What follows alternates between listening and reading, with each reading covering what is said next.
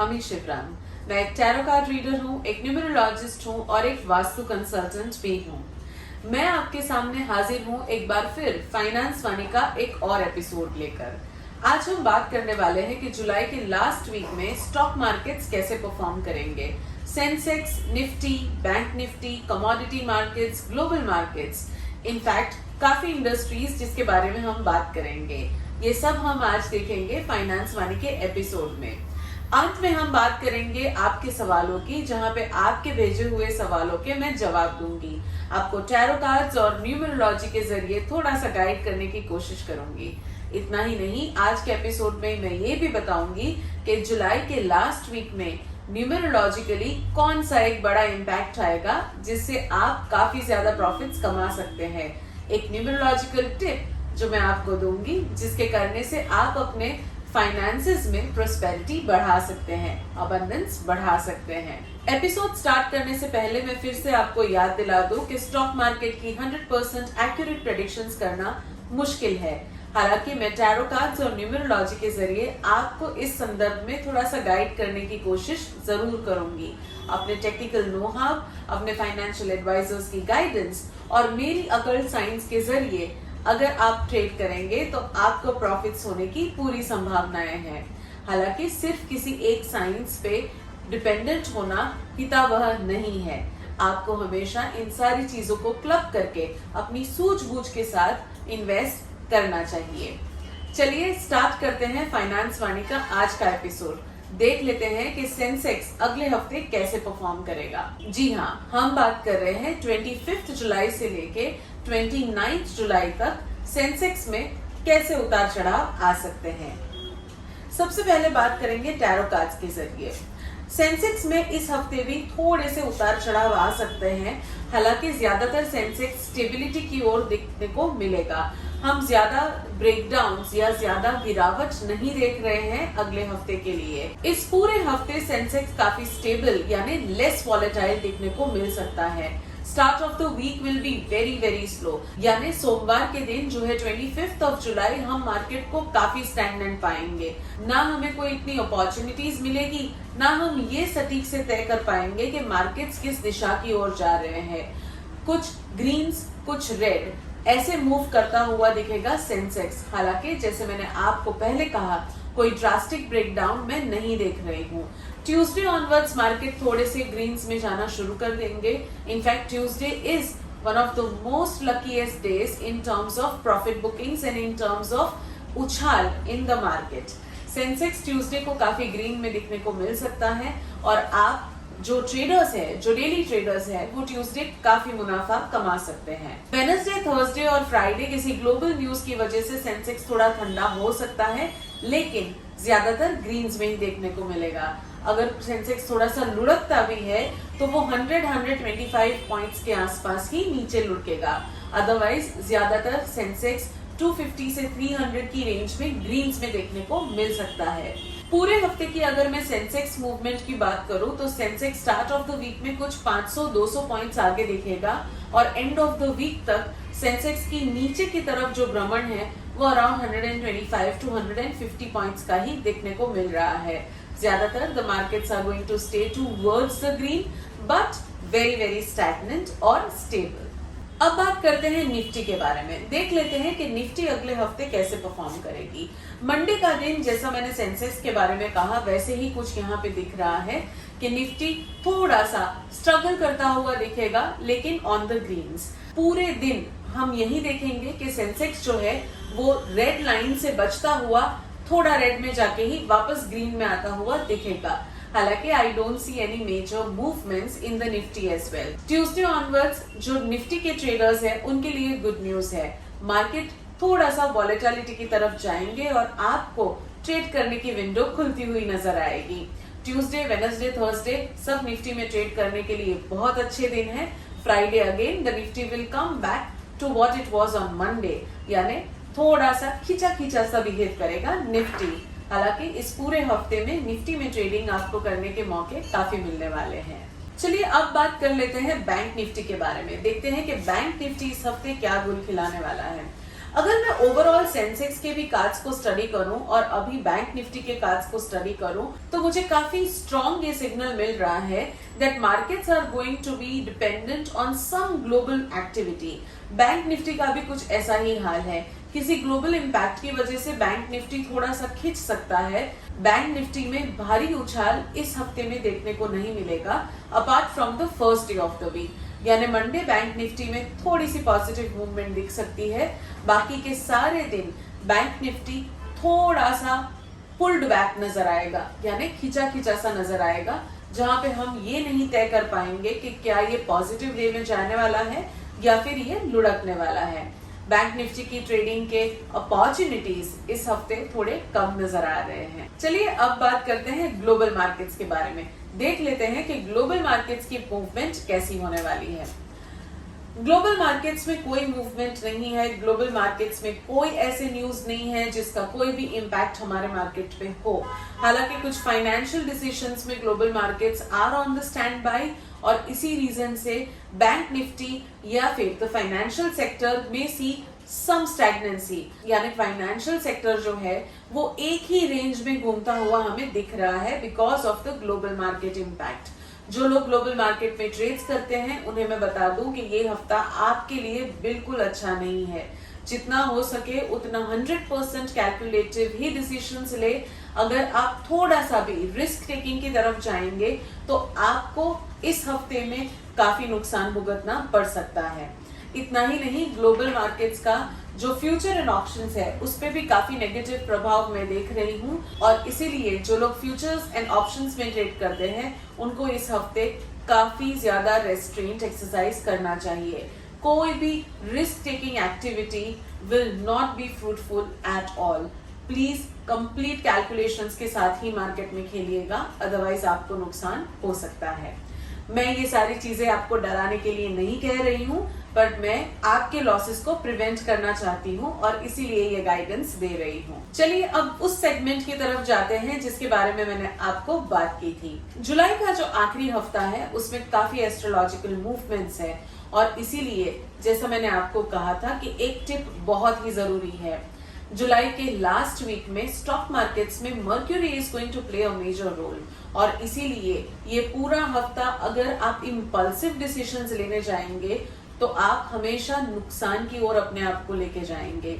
ये पूरे हफ्ते में किसी भी इम्पल्सिव डिसीजन के लिए कोई जगह नहीं है।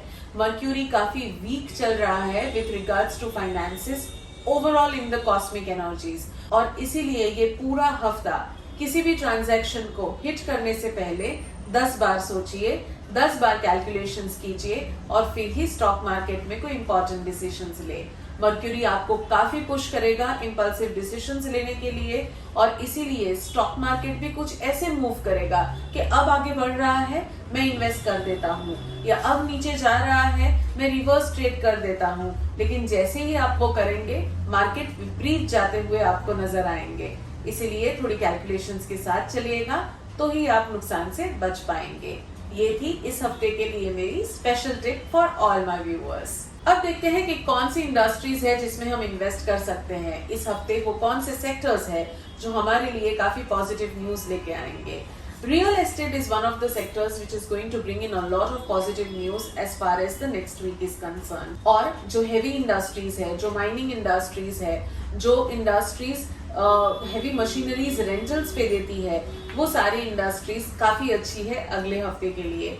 Pharmaceutical industry is also going to do a little better the next week, but not so good. तो जैसे मैंने कहा कि real estate industries that deal in heavy machineries or rent out heavy machineries are going to do very good next week और आप सब लोग इस सेक्टर में इन्वेस्ट करने का सोच सकते हैं। ट्रेडिंग के लिए pharmaceutical industries are very good जिसमें आप काफी प्रॉफिट्स कमा सकेंगे।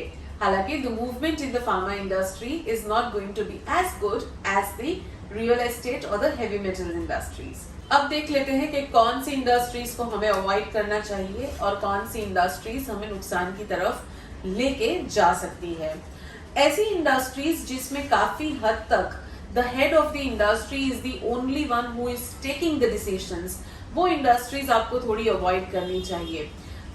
ट्रैवल इंडस्ट्री भी आपको काफी अवॉइड करनी चाहिए क्योंकि इस हफ्ते में उसमें भी काफी प्रॉफिट्स देखने नहीं मिल रहे हैं। एंड द बैंकिंग सेक्टर में भी हम ज्यादा प्रॉफिट्स नहीं देख रहे हैं, तो उस इंडस्ट्री को भी थोड़ा सा अवॉइड करके चलिएगा। अगले हफ्ते ये सारी इंडस्ट्रीज काफी रेड जोन में जाती हुई दिख रही है, इसलिए the daily speculators as well as the investors should stay away from these industries। अब देख लेते हैं कि कमोडिटी मार्केट्स कैसे परफॉर्म करेंगे। कमोडिटी मार्केट्स में मूवमेंट कैसी रहेगी। कमोडिटी मार्केट्स काफी अच्छा परफॉर्म करती हुई दिख रही है इस हफ्ते में। हालांकि कोई एक्सट्रीम उछाल में नहीं देख रही हूँ, but we will definitely get the trading windows that we are looking out for. Liquid commodities काफी अच्छे से डील करेंगी, तो इसीलिए वैसी किसी इंडस्ट्री में आप निवेश या ट्रेड कर सकते हैं। Commodities market is not so good as yet, यानी हम जितनी उसमें प्रॉफिट्स या जितना मूवमेंट हम उसमें एक्सपेक्ट कर रहे हैं एक मार्केट लेवल पे, वो अभी तक हमें दिखने को नहीं मिलने वाला है। But overall the commodity markets in this week are going to pick up well. Numerologically अगर देखा जाए तो अगले हफ्ते में कौन से दिन है जो काफी अच्छे हैं और कौन से दिन है जहां पे थोड़ा प्रॉफिट बुकिंग करना मुश्किल हो सकता है। अगर मैं न्यूमरोलॉजी के हिसाब से बात करूं तो मंडे और ट्यूसडे काफी मुश्किल जाने वाला है with regards to booking of profits. यानी अगर आप ट्रेड करने का सोचेंगे, जिस टाइम पे ट्रेड करने का सोचेंगे, शायद मार्केट्स आपका उतना साथ नहीं देंगे। लेकिन द लास्ट 3 डेज यानी कि 27th, 28th और 29th, उसमें भी 27th और 28th काफी प्रॉफिटेबल हो सकते हैं फॉर द डेली ट्रेडर्स।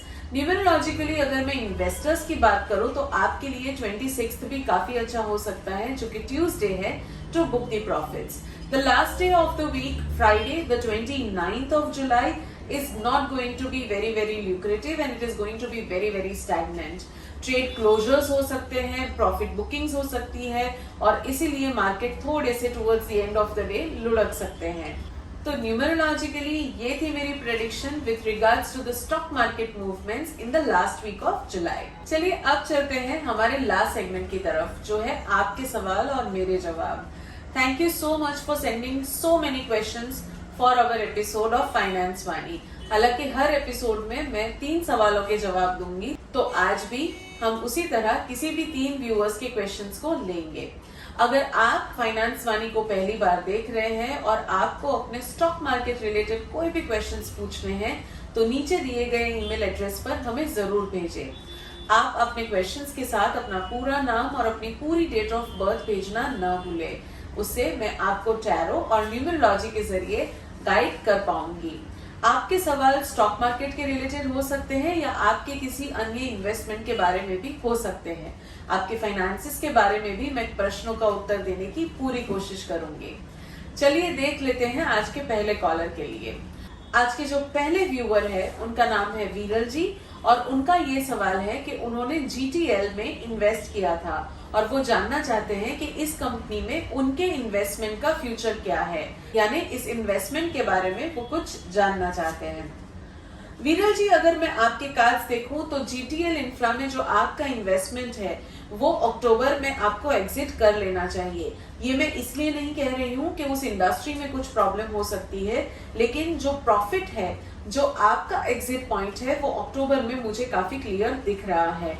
किसी भी रीजन से आप अक्टूबर में ये शेयर जो है वो बेचेंगे और आप उसको मुनाफे में ही बेच पाएंगे। आपके कार्ड्स के हिसाब से अगर मैं आपकी होल्डिंग्स देखूं तो मुझे दिख रहा है कि आपकी काफी इन्वेस्टमेंट एग्रीकल्चरल इंडस्ट्रीज की तरफ आपने की हुई है। हालांकि वो इंडस्ट्री आपको इतना ज्यादा सूट नहीं करती। आपकी होल्डिंग अगर पिछले 5 साल से ज्यादा की है तो मैं आपको रिक्वेस्ट करूंगी कि आप उन इंडस्ट्रीज का पैसा जो है वो मार्केट से विड्रॉ कर लीजिए और अन्य किसी इंडस्ट्री में डालिए। आपको जो इंडस्ट्री सबसे ज्यादा सूट करती है वो है solar power related industries and to an extent pharmaceutical industries and heavy metals. अगर आप इस इंडस्ट्रीज में इन्वेस्ट करते हैं तो आपको लगभग 8 से 10 महीने में उतना मुनाफा मिल जाएगा जो आपको पिछले 4 से 5 साल में आपकी स्टॉक होल्डिंग से नहीं मिला है। तो प्लीज आप अपनी इन्वेस्टमेंट को थोड़ा सा रिस्ट्रक्चर कीजिए, बिकॉज आप मार्केट से काफी पैसा कमा सकते हैं अगर आप सही इंडस्ट्रीज और सही स्टॉक्स में इन्वेस्ट करें। आपके नंबर्स के हिसाब से अगर आप ओम आदित्यनाथाय नमः का जाप करें तो आपको आपके पैसों में काफी बढ़त देखने को मिल सकती है। हमारे जो अगले व्यूअर है उनका नाम है तिरुमला जी।